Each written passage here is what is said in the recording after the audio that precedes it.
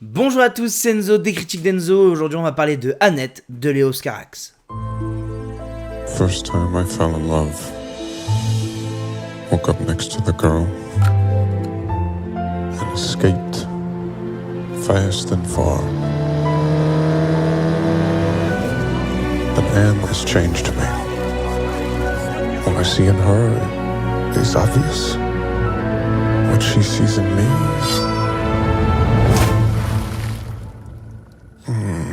it's a little more puzzling.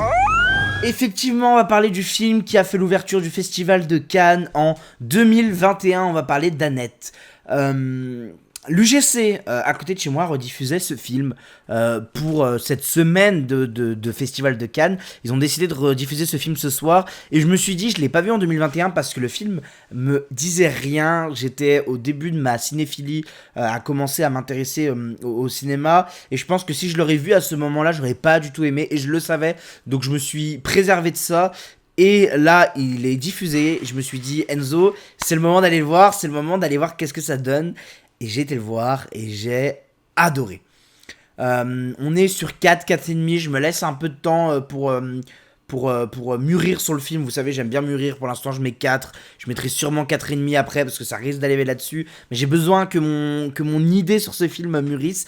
Parce que j'ai trouvé ça génial, mais totalement ailleurs. C'est une proposition unique que je vois très rarement dans le cinéma. Et ça m'a vraiment plu. Et j'ai beaucoup été happé par le film. Honnêtement, au début, je me suis dit, déjà au début, ça commence avec la voix de Léos Carax qui parle et qui dit éteignez vos téléphones. Ne parlez pas, arrêtez de parler, tout ça. Enfin, il dit ça. Ensuite, on a une espèce de un pré-générique, quoi, un générique où ils chantent tous en ouvrant un peu cette scène de théâtre, parce que clairement, c'est un théâtre complet. Annette, c'est un peu un film théâtral. Enfin, c'est un peu chelou. C'est une comédie musicale, un musical, un thriller, un drame. C'est filmé comme un théâtre parce qu'on voit tous les décors carton-pâte d'un théâtre. C'est très complexe à décrire. Mais on a cette scène d'introduction qui nous dit le film commence maintenant. Et j'ai adoré, moi j'étais à fond dedans. On commence avec un espèce de montage parallèle entre la vie de Mike Henry au niveau de son spectacle humoriste et Marion Cotillard, Anne qui elle fait son opéra. Il y a un espèce de petit montage parallèle, pas vraiment. On se concentre d'abord sur un puis sur l'autre, mais on voit ce que les deux font et on nous met dans le bain de ils sont en couple, la presse les suit beaucoup et ils vivent un amour fou. Mais genre vraiment, le vrai beau amour. Et le film part sur ça et petit à petit emmène sur l'idée qu'il y a un enfant, que naît un enfant entre les deux, une marionnette qui l'histoire, clairement, je spoil, ça est sorti il y a 2 ans. L'histoire, c'est que Adam Driver, donc Henry, tue Anne, donc sa compagne, en étant bourré, puis tue quelqu'un qui a une relation avec Anne et qui serait... Il a une relation avant avec Anne et il était son accompagnateur au piano. Et il serait théoriquement le père de cette petite fille. Et Henry se fait dénoncer par sa propre fille. Il faut suivre, faut suivre. Et toute la fin, tout l'enjeu est que cette fille marionnette devienne une vraie fille. Et c'est là où moi j'ai totalement chialé. Moi je vous avoue, j'ai eu les larmes qui ont coulé sur cette fin de film que je trouve absolument parfait dans tout ce que ça raconte. C'est un film qui prend son temps, qui va chanter, qui va raconter des choses par des chansons. Il y a toute une chanson où il se décrit leur amour entre donc Marion Cotillard et Adam Driver. Il décrit leur amour avec cette musique. Toute cette musique est hyper importante parce qu'elle va avoir... C'est un fusil de Tchekhov pour la suite et pour un moment très important qui est pour moi une des meilleures scènes quand Adam Driver découvre que l'accompagnateur a fait chanter la musique d'amour qui était réservée à Adam Driver et Marion Cotillard. Il l'a chanté à la fille qui l'a appris. Il pète un plomb et tue. C'est là où on apprend un peu que ce serait le père de la fille et tout ça, et il le tue. Et je trouve cette scène totalement géniale. Et pour moi, c'est là où je rentre dans le film. Parce que, effectivement, il y a un bout d'un moment, j'étais à fond au début, j'étais à fond à la fin. Avec ce moment-là où je reprends dans le film. Et tout ce qui est au milieu, qui est important, hein. J'ai du mal, j'ai beaucoup de mal. Je trouve le film, c'est pour moi le gros défaut de tout ce film, c'est qu'il est répétitif. Au niveau des musiques, l'air des musiques est répétitif au point où j'ai du mal à me rendre compte si la musique on l'a déjà écoutée ou non, parce que je trouve que les airs est toujours la même chose, c'est composé de la même façon, autant les musiques sont agréables et le travail de Adam Driver et Marion Cotillard sur le film est fantastique, ils chantent parfaitement bien, même si Marion Cotillard je suis pas toujours sûr que ce soit elle qui chante, le travail est vraiment hyper agréable. Mais le son en fond, l'air est très souvent la même et ça m'a un peu perdu et j'ai trouvé le film. Le film dure 2h20 je crois. Je vais vous dire ça, 2h20. Ouais, un film de 2 heures aurait totalement été en racontant la même chose quoi.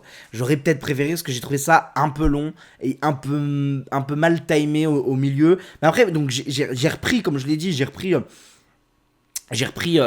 suis re-rentré dans le film et c'est vrai que cette fin moi m'a eu totalement, je préfère même la fin au début je pense, cette fin est hyper touchant et ce message, je pense qu'il y a plein d'autres messages du film que je vais comprendre petit à petit parce que je pense que le film est assez complexe pour y mettre plein de messages, mais ce message que cette petite fille délivre à la fin de j'ai été ta marionnette à toi papa et j'étais la marionnette de maman, parce qu'en gros il y a tout un truc de quand Marion Cotillard meurt, elle utilise sa fille elle utilise clairement sa fille pour chanter la nuit chanter la nuit ça c'est dans l'idée en gros de comment on peut dire ça, c'est dans l'idée de maudire un peu Adam Driver, enfin il y a tout un truc là-dessus assez complexe, rien que pour moi c'est complexe à vous l'expliquer, mais il y a tout un truc là-dessus et donc enfin les deux ont utilisé cette fille, les deux ont profité de cette fille. Adam Driver pour faire du business parce que vu qu'il a vu qu'elle chantait comme ça, il a dit un bébé qui chante, baby Annette qui va chanter, ça va être génial.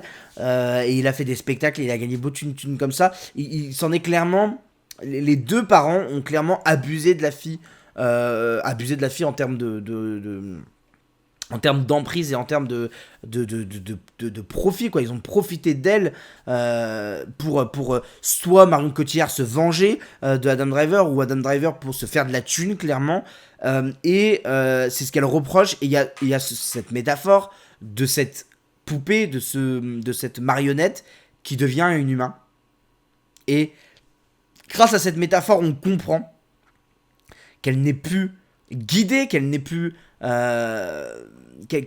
articulée par ses parents, mais qu'elle est libre et qu'elle est seule, et que en fait avoir Adam Driver en prison pour elle est bénéfique pour elle. Et il y a tout un message là-dessus qui est vraiment super et qui m'a vraiment touché, parce que il y a tout un message où Adam Driver demande si il a le droit de l'aimer, et que elle répond pas clairement que oui ou que non.